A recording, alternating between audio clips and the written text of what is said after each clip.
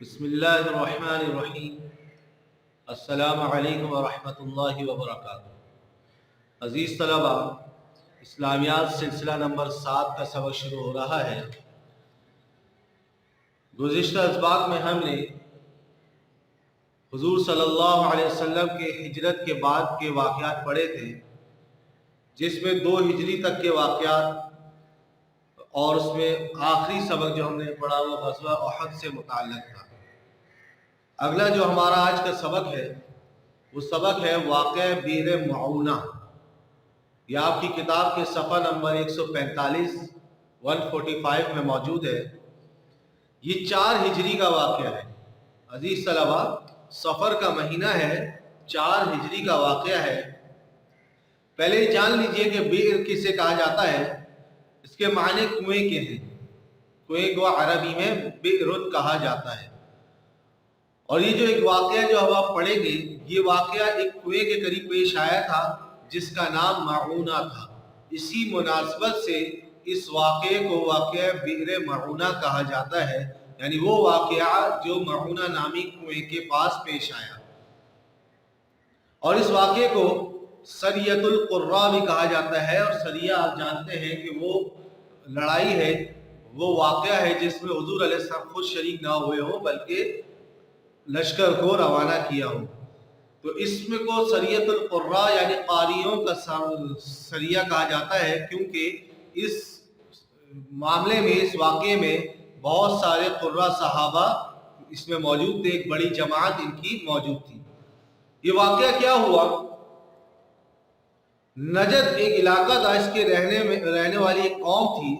اور جس قوم کو بنو عامر سے تعبیر کیا جاتا تھا، جس کو بنو عامر کہا جاتا تھا، یعنی نجد کے رہنے والوں کی ایک قوم بنو عامر تھی۔ اس کا ایک شخص ابو برہ عامر بن مالک، اس کا ایک شخص حضور صلی اللہ علیہ وسلم کے پاس آیا جس کا نام تھا ابو برہ عامر بن مالک۔ اور اس نے آ کر حضور صلی اللہ علیہ وسلم سے عرض کیا کہ میں چاہتا ہوں کہ میں مسلمان ہو جاؤں، لیکن اس سے پہلے میری چاہت یہ ہے کہ میری قوم مسلمان ہو جائے، میری جو قوم ہے، میرا جو قبیلہ ہے، وہ لوگ مسلمان ہو جائے، پھر ان کے ساتھ میں بھی مسلمان ہو جاؤں گا۔ تو اس کے لیے آپ میرے ساتھ چند صحابہ کو بھیج دیں، اپنے چند ساتھیوں کو میرے ساتھ بھیج دیں جو میری قوم کے پاس چلے میرے ساتھ، اور وہاں جا کے ان کو اسلام کی دعوت دیں اور ان کو مسلمان کریں۔ وہ مسلمان ہو جائیں گے تو میں بھی ان کے ساتھ مسلمان ہو جاؤں گا۔ تو حضور صلی اللہ علیہ وسلم نے ابو برہ سے فرمایا، یہ جو شخص آیا تھا اس سے فرمایا، مجھے اہل نجد کی طرف سے اندیشہ ہے کہ کہیں میرے صحابہ کو تکلیف نہ پہنچائے۔ تم یہاں سے میرے صحابہ کو لے جاؤ گے تو مجھے یہ ڈر ہے، یہ خوف ہے کہ وہ میرے صحابہ کو تکلیف پہنچا دیں گے۔ تو ابو برہ نے جواب دیا کہ ایسا نہیں ہوگا، کیونکہ نجد کا حاکم میرا بھتیجا ہے۔ جو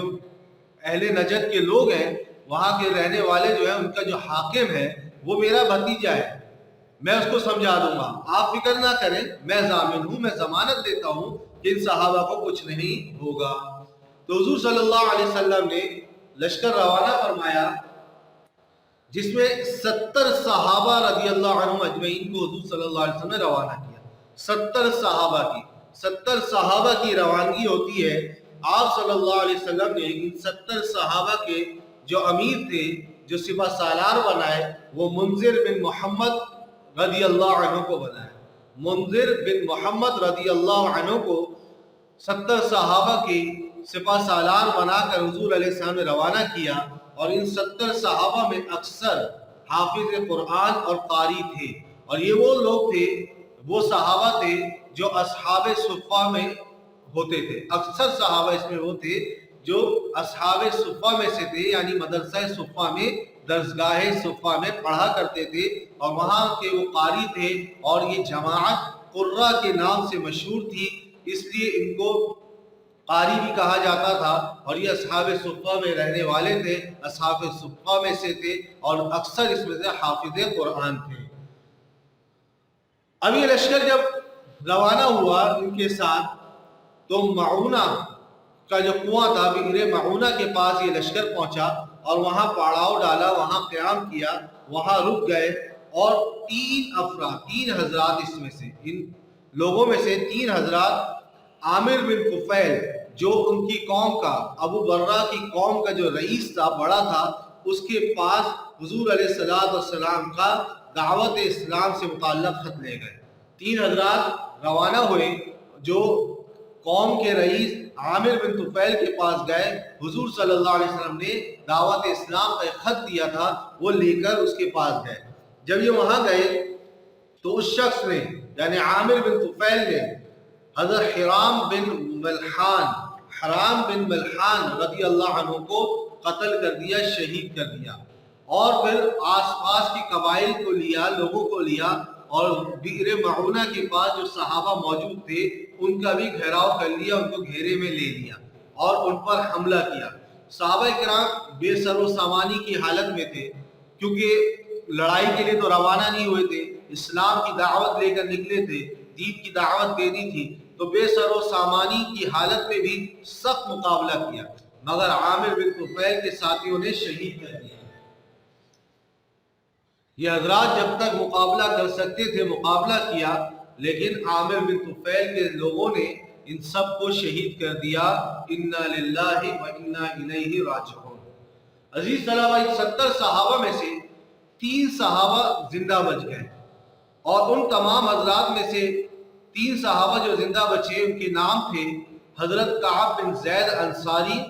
حضرت منذر بن محمد اور حضرت عمرو بن امیہ ضمری رضوان اللہ علیہم اجمعین۔ یہ 3 حضرات زندہ بچ گئے۔ اس میں سے ایک صحابی جو تھے حضرت کعب بن زید انصاری رضی اللہ عنہ،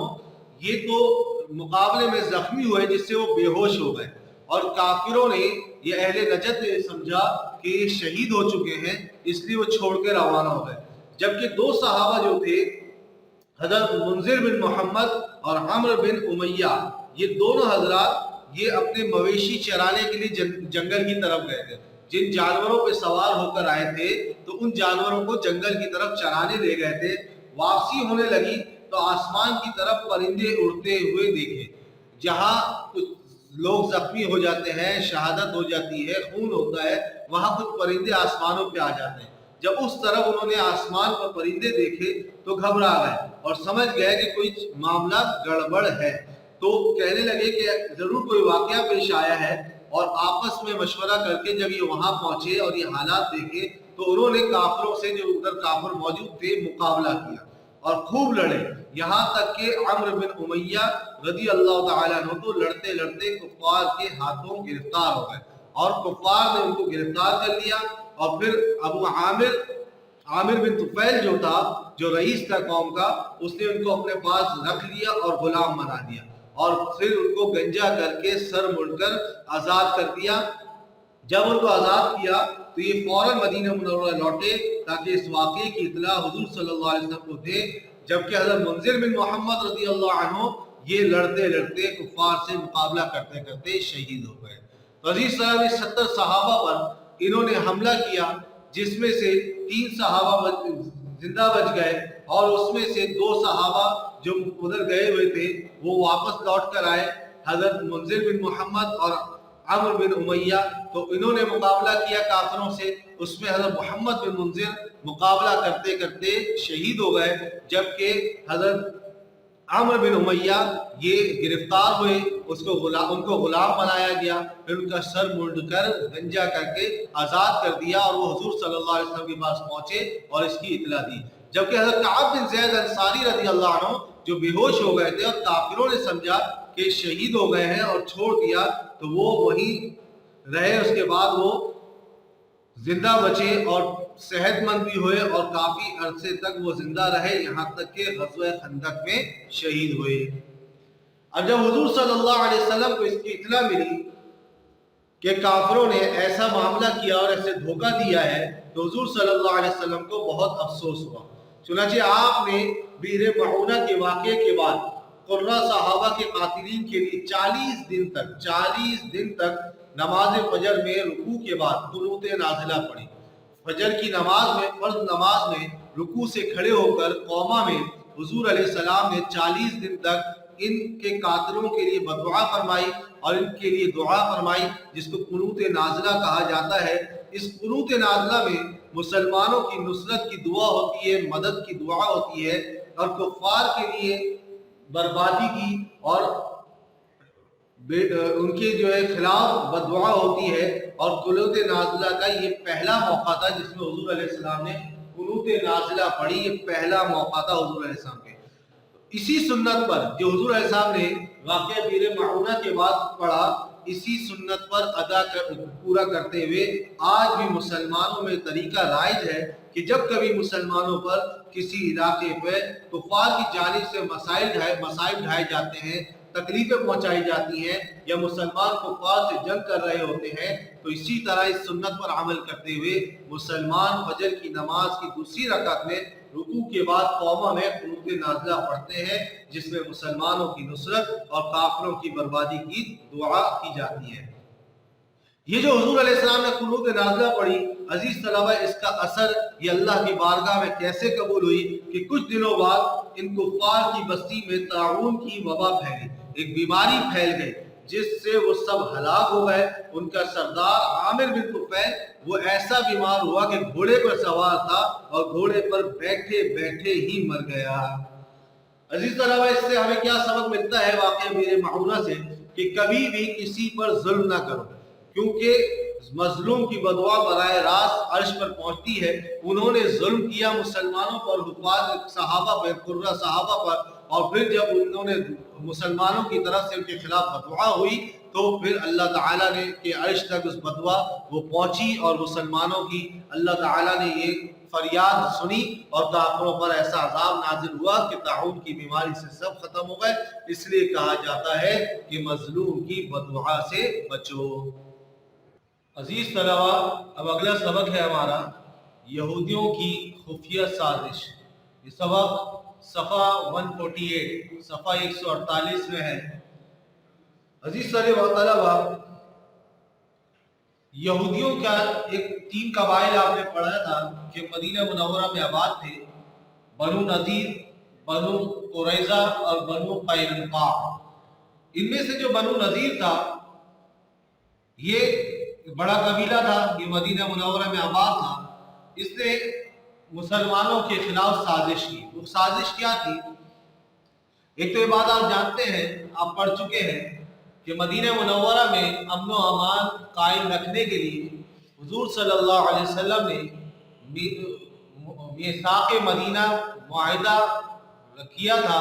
جو یہودیوں سے بھی کیا تھا، اور یہودی مسلمانوں کے حلیف اور مسلمانوں کے دوست یہ بنو نذیر بن گئے تھے۔ بنو نذیر مسلمانوں کے حلیف اور دوست بنے تھے اس معاہدے میں میثاق مدینہ کے موقع پر۔ اب وقت گزرتا گیا، اور وقت کے گزرنے کے ساتھ ساتھ یہودیوں کا جو فطری اور نسلی تعصب تھا، جو مسلمانوں کے خلاف ان کی ایک نفرت ہے، وہ نفرت عروج پر پہنچ گئی، اور وہاں سے مشرکین مکہ ان بنو نذیر کو دھمکیاں بھی دے رہے تھے کہ تم مسلمانوں کو ساتھ لے کر کیوں چل رہے ہو، اور لالچ بھی دے رہے تھے اگر تم مسلمانوں کو نقصان پہنچاؤ گے تو ہم تمہیں انعام دیں گے۔ تو اس نیت سے انہوں نے مسلمانوں اور حضور صلی اللہ علیہ وسلم کے خلاف سازشیں شروع کر دی۔ اب ہوا کچھ یوں کہ کسی ایک خاص معاملے پر مشاورت کے لیے، مشورہ کرنے کے لیے، گفتگو کرنے کے لیے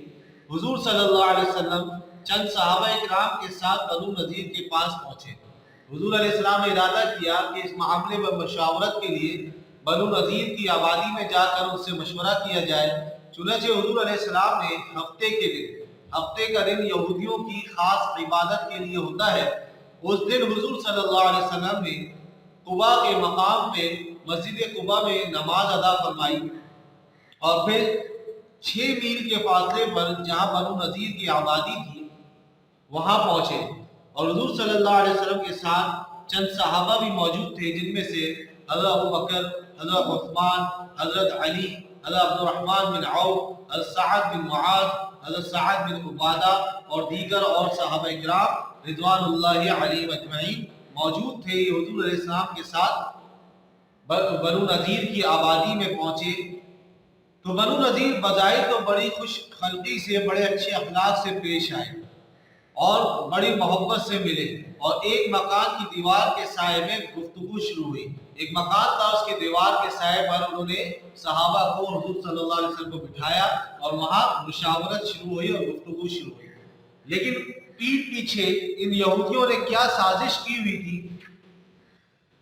تو یہودیوں نے ایک اسکیم بنائی، ایک سازش کی کہ مسلمان یہاں آئے ہیں، حضور صلی اللہ علیہ وسلم بھی یہاں آئے ہیں، تو اس سے بہتر موقع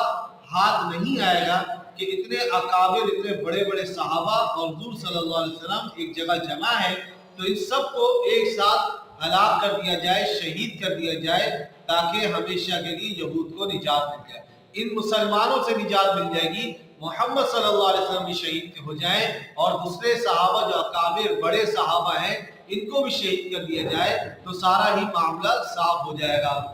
تو انہوں نے، بنو نذیر نے، ایک شخص کو جس کا نام عمرو بن حجاش تھا، اس کو فوری طور پر تیار کیا کہ وہ ایک بہت بڑا پتھر یا چکی کا پارٹ، جو چکی ہوتی تھی آٹا پیسنے کی پتھر کی بنی ہوئی، یہ دیوار سے حضور علیہ السلام پر گرا کر انہیں شہید کر دیا. جس دیوار کے سائے پر بیٹھے ہیں وہاں سے اس کے اوپر پھینک دیں اور ان کو شہید کر دیں، اور وہ شخص تیار ہو گیا.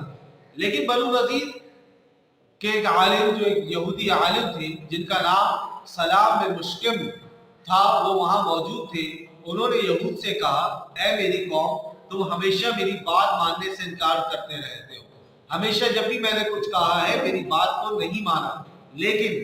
آج جو میں کہہ رہا ہوں وہ بات مان لو، چاہے اس کے بعد کبھی نہ ماننا. کیا کہہ رہا ہوں کہ اپنے اس ارادے سے بعد آ جاؤ. یہ جو تم فیصلہ کر رہے ہو حضور صلی اللہ علیہ وسلم اور صحابہ کو شہید کرنے کا، اس سے بعد آ جاؤ. اگر تم ایسا کرو گے کہ ان کو شہید کر دیا تو ان پر اللہ تمہارے اس ارادے کو ظاہر کر دے گا. یہ جو تمہارا ارادہ ہے ان کو شہید کرنے کا، اللہ ان کے سامنے ظاہر کر دے گا، ان کو پتہ چل جائے گا. پھر یہ اس معاہدے کی بھی خلاف ورزی ہے جو ہم نے معاہدہ کیا ہے، میثاق مدینہ قائم ہوا ہے، اس کی بھی ہم خلاف ورزی کر رہے ہیں. جب ہم معاہدے کی خلاف ورزی کریں گے تو اس سے دین یہود کی بنیادیں کھوکھلی ہو جائیں گی اور لوگوں کی نظر میں آ جائے گا کہ یہود اب معاہدے پر قائم نہیں رہتے اور معاہدے کی خلاف ورزی کرتے ہیں. لیکن ان کی اس نصیحت کا کوئی فائدہ نہیں ہوا اور بنو نذیر نے، لوگوں نے ان کی بات کو نہیں مانا، اور عمرو بن حجاج ایک بھاری پتھر کے ساتھ حضور علیہ السلام کو قتل کرنے کے ارادے کے لیے تیار ہو گیا کہ حضور صلی اللہ علیہ وسلم کو نعوذ باللہ شہید کر دیں گے. یا حضور علیہ السلام تشریف فرما تھے، اللہ کی طرف سے حضور صلی اللہ علیہ وسلم پر وحی نازل ہوئی اور ان کے اس ناپاک ارادوں سے مطلع کر دیا گیا کہ آپ کو اس طرح شہید کرنے کا ارادہ ہے. تو حضور صلی اللہ علیہ وسلم نے وہی جو حاضرین بیٹھے تھے، صحابہ کرام تھے اور جو بنو نذیر کے لوگ تھے، ان کو باتوں میں لگا کر، کسی ایک مشورے میں لگا کر ایسے اٹھے جیسے کسی کام کے لیے جا رہے ہیں کہ جیسے میں تھوڑی دیر میں آتا ہوں کہ میں فلاں کام کے لیے جا رہا ہوں، اور حضور علیہ السلام وہاں سے چلے گئے. صحابہ نے آپ کا بہت انتظار کیا کہ حضور صلی اللہ علیہ وسلم لوٹ کر آئیں گے، لیکن جب نہیں آئے تو پھر وہاں سے صحابہ بھی اٹھ کر آ گئے.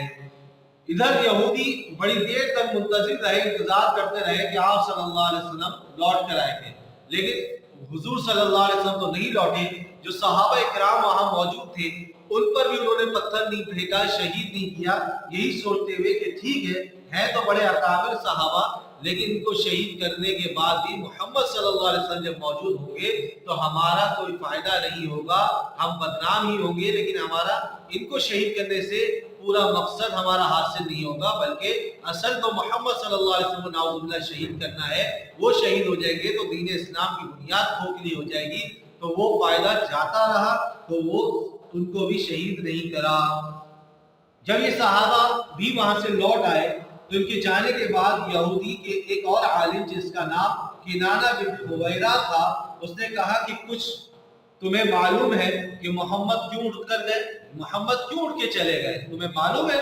بے شک وہ اللہ کے رسول ہے اور انہیں تمہاری سازش کا علم ہو چکا تھا، تمہاری سازش کا علم ہو گیا تھا، اس لیے وہ وہاں سے اٹھ کر چلے گئے. جب صحابہ اکرام بھی مدینے پہنچے اور حضور علیہ السلام سے پوچھا کہ یا رسول اللہ کیوں لوٹ کر آ گئے، تو حضور علیہ السلام نے سارا واقعہ بتا دیا. اور صحابہ کو جب اس کا علم ہوا تو بنو نذیر نے، کیونکہ میثاق مدینہ کی خلاف ورزی کی تھی، مسلمانوں کے خلاف سازش کی تھی، اس لیے مسلمانوں نے کہا کہ تم نے معاہدہ توڑ دیا ہے، اس لیے اب تمہیں اس شہر سے، یہاں سے مدینہ منورہ سے نکلنا ہوگا، اور 10 دن کا وقت ہے، 10 دن کی مہلت دی جاتی ہے، اس 10 دن کے اندر اندر اس علاقے سے چلے جاؤ، اس کے بعد جو شخص ادھر مدینہ میں پایا جائے گا، اس علاقے میں ملے گا، بنو نذیر کا جو بھی آدمی ملے گا، اس کی جان کی خیر نہیں ہوگی، اس کو مار دیا جائے گا۔ تو یہ جو اسلام کے دشمن تھے یہودی، ان کو بنو نذیر کو جب یہ پیغام مل گیا تو رئیس المنافقین، منافقین کا سردار عبداللہ ابن ابی نے اپنے 2 نمائندے ان کے پاس بھیجے اور یہودیوں سے کہا کہ تمہیں گھبراؤ نہیں، تم پریشان نہ ہو، یہ مسلمان تمہارا کچھ نہیں بگاڑ سکتے، ہم تمہارے ساتھ ہیں، ہم تمہارا ساتھ دیں گے، اور یہ جو 2 قبیلے ہیں بنو قریظہ اور بنو غطفان، یہ بھی تمہارا ساتھ دیں گے، اور میں خود، میرا جو معاملہ ہے، میرے منافقین جو ہے 2000 آدمی جو ہے تمہاری مدد کے لیے آئیں گے اور مسلمانوں کے خلاف لڑائی کریں گے۔ تو یہ یہودیوں کے لیے، بنو نذیر کے لیے یہ پیام جو رئیس المنافقین نے بھیجا، یہ بڑا حوصلہ مند تھا کہ ان کو حوصلہ ہوا کہ یہ ہمارے ساتھ ہیں تو مسلمان ہمیں کچھ نہیں کر سکتے، کیونکہ اپنے گھر بار کو چھوڑ کے جانا، جائیداد کو چھوڑ کے جانا، یہ کسی کے لیے بھی آسان نہیں ہوتا۔ تو انہوں نے کہا کہ بابا اب کوئی مسئلہ نہیں ہے، یہ آ جائے مسلمان، منافقین ہماری مدد کریں گے، اور عبداللہ ابن ابی اپنے لشکر کو لے کر ہمارے پاس آ جائے گا تو ہم مسلمانوں پر کامیاب ہو جائیں گے۔ تو اس لیے بنو نذیر کے ایک سردار جس کا نام حی بن اخطب تھا، اس نے اس رئیس المنافقین عبداللہ ابن ابی بن سلول کی شے پر مسلمانوں کو جواب بھجوایا کہ ہم کسی صورت میں اس مقام کو نہیں چھوڑیں گے، ہم یہیں رہیں گے، جو جی میں آئے کر گزرو، جو کر سکتے ہو کر لو، ہم تو نہیں جا رہے۔ اس کے بعد وہ لوگ قلعے بند ہو گئے، وہ ایک قلعہ تھا ان کا، اس قلعے میں بند ہو گئے کہ مسلمان آئیں گے بھی تو ہمیں نہیں نکال سکتے، اور ان کے پاس کھانے پینے کا اتنا ساز و سامان تھا کہ 1 سال بھی اس قلعے میں رہتے تو کھانے پینے کی اشیاء، چیزیں ختم نہیں ہوتی، اس لیے بے فکر ہو گئے، انہوں نے قلعہ بند ہو گئے کہ مسلمان ہم پر حملہ بھی کریں گے تو ہم قلعے میں ہوں گے، اور پیچھے سے رئیس المنافقین عبداللہ ابن ابی بن سلول کے کہنے کے مطابق 2000 کا مجمع، یہ جو اس نے وعدہ کیا ہے وہ ہماری مدد کے لیے آ جائے گا۔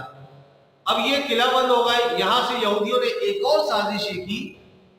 کہ اس نے حضور علیہ السلام کو، ان یہودیوں نے ایک پیغام پہنچایا کہ ہم اسلام قبول کرنے پر تیار ہیں، ہم تیار ہیں کہ مسلمان ہو جائیں، بشرط ہے کہ ہمارے علماء آپ کے قائل ہو جائیں۔ ہمارے جو علماء ہیں وہ آپ 3 افراد اپنے بھیج دیں، ہمارے 3 علماء بیٹھیں گے جو آپ سے مشاورت کریں گے، بات چیت کریں گے، آپ آ جائیں، آپ کے ساتھ 2 افراد اور آ جائیں، اور حضور صلی اللہ علیہ وسلم اور صحابہ اور ہمارے 3 علماء آپس میں بات کریں، آپ کی بات کے قائل ہو جائیں، مان لیں مسلمان ہونے کو ہمارے علماء، تو ہم بھی مسلمان ہونے کو تیار ہیں۔ اور اس میں انہوں نے سازش یہ کی کہ ہم ان علماء کو خنجر سے لیس کر دیں گے، ان کے پاس اسلحہ ہوگا، اور اس اسلحہ جب ان کے پاس ہوگا اور جب یہ اکیلے میں ملاقات ہوگی تو موقع پاتے ہی ہمارے علماء ان کو شہید کر دیں گے اور ہماری کامیابی ہو جائے گی۔ یہ انہوں نے ایک اور سازش کی۔ لیکن یہودیوں کی ایک خاتون تھی، ایک عورت تھی، جنہوں نے اس منصوبے سے ایک انصاری کو مطلع کر دی، ایک انصاری صحابی کو اس منصوبے کی اطلاع کر دی، اور اس سے یہ سازش بھی ان کی ناکام ہو گئی اور ان کی یہ بات بھی نہیں مانی گئی۔ تو عزیز طلبہ، یہ 10 دن کی مہلت دی گئی ہے، اور اب یہ منافقین کی شے پر وہ اس علاقے کو چھوڑنے پر تیار نہیں ہے اور قلعہ بند ہو گئے ہیں۔ اب 10 دن کی مہلت پوری ہوگی تو حضور علیہ السلام کیا کریں گے، اس کے لیے غزوہ بنو نذیر پیش آئے گا، تو وہ انشاءاللہ ہم اگلے سبق میں پڑھ لیں گے۔ آج کا سبق ہمارا یہاں ختم ہوتا ہے۔ السلام علیکم ورحمۃ اللہ وبرکاتہ۔